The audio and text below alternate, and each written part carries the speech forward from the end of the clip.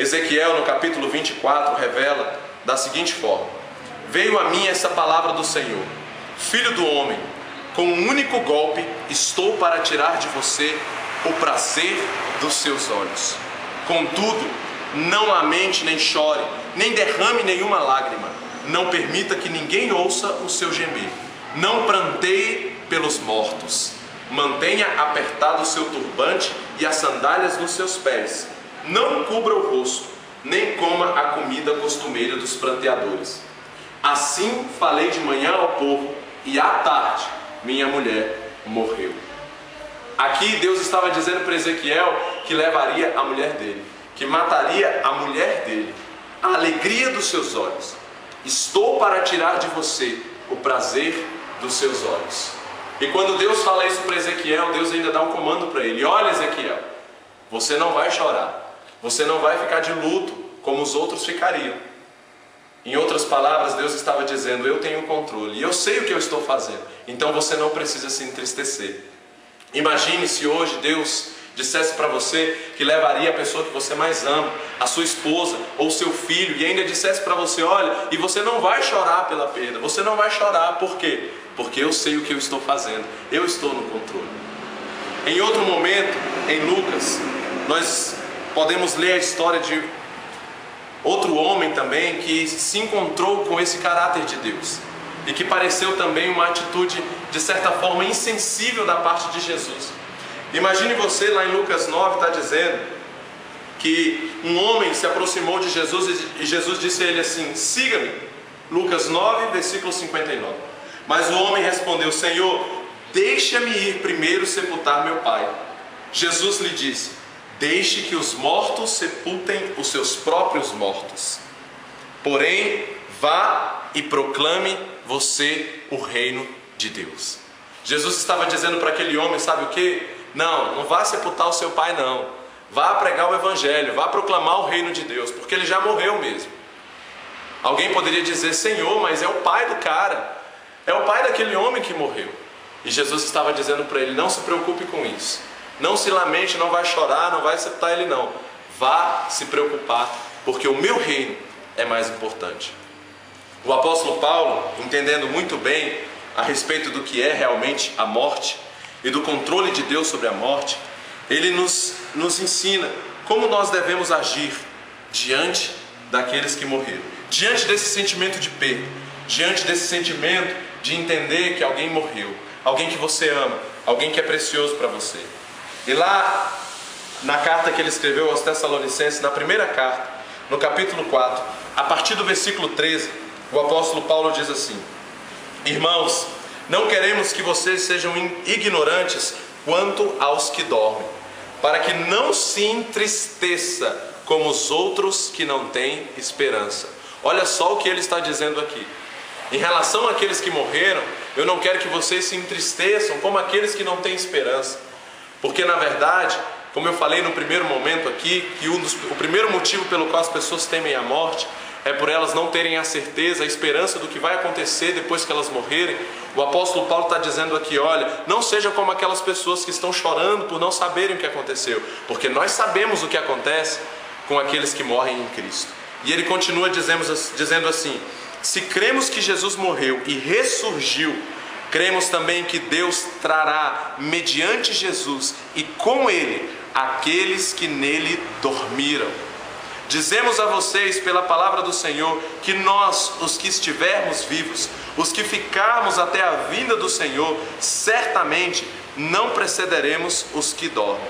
Pois dada a ordem, como a voz do arcanjo, o ressoar da trombeta de Deus, o próprio Senhor descerá dos céus e os mortos em Cristo ressuscitarão primeiro.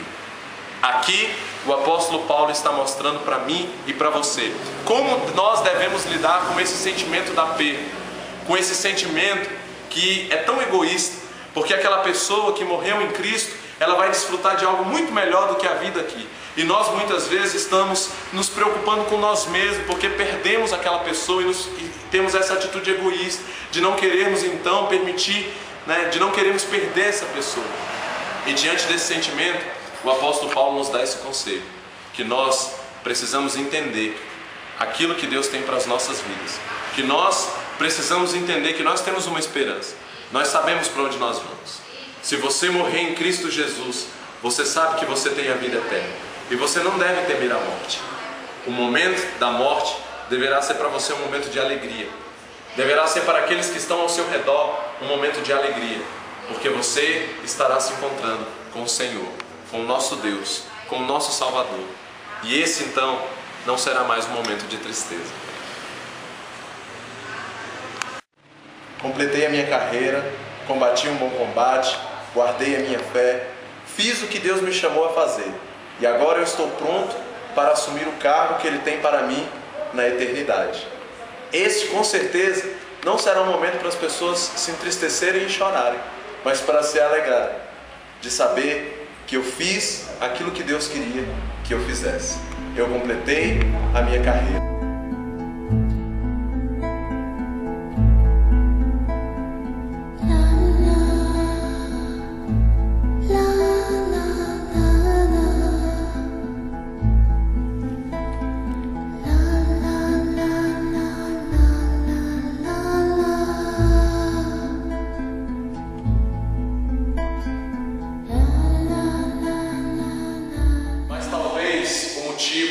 Principal pelo qual as pessoas temam tanto a morte, evitem tanto esse assunto, é o fato de que a morte não está no controle do homem.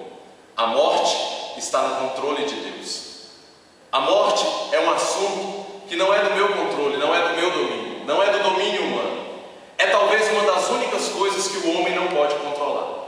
Deus tem o poder de dar a vida e Deus tem o poder de tirar. E apenas Deus.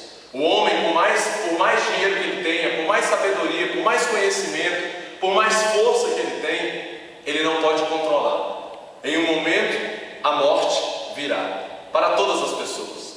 Jesus, certa vez, disse em Lucas, no capítulo 12, ele disse aos discípulos: eu lhes digo, meus amigos, não tenham medo dos que matam o corpo e depois nada podem fazer, mas eu lhes mostrarei a quem vocês devem temer. Temam aquele que depois de matar o corpo tem poder para lançar no inferno. Apenas Deus tem esse poder, o poder de dar a vida e o poder de tirar. E isso não está no meu controle. Esse talvez seja o motivo pelo qual as pessoas temam tanto a morte, tenham tanto medo, o fato delas não conseguirem controlar isso. O fato de que, por mais dinheiro que tenha, por mais fama que tenha, por mais força que tenha, essa pessoa nunca poderá determinar a hora que ela vai morrer, ou determinar se ela não vai morrer. Por quê? Porque Deus está no controle da morte. E outro texto que nos mostra muito bem o controle de Deus está lá em 1 Reis, 2 Reis, no capítulo 20. Fala a respeito de um homem chamado Ezequias. Ezequias teve uma doença muito séria e ele fez uma oração a Deus. A Bíblia diz em 2 Reis, no capítulo 20, a partir do versículo 1: naquele tempo Ezequias ficou doente e quase morreu.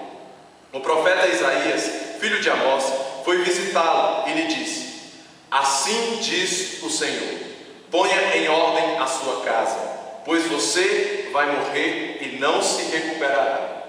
Ezequias virou o rosto para a parede e orou ao Senhor: lembra-te, Senhor, como tenho te servido com fidelidade e com devoção sincera.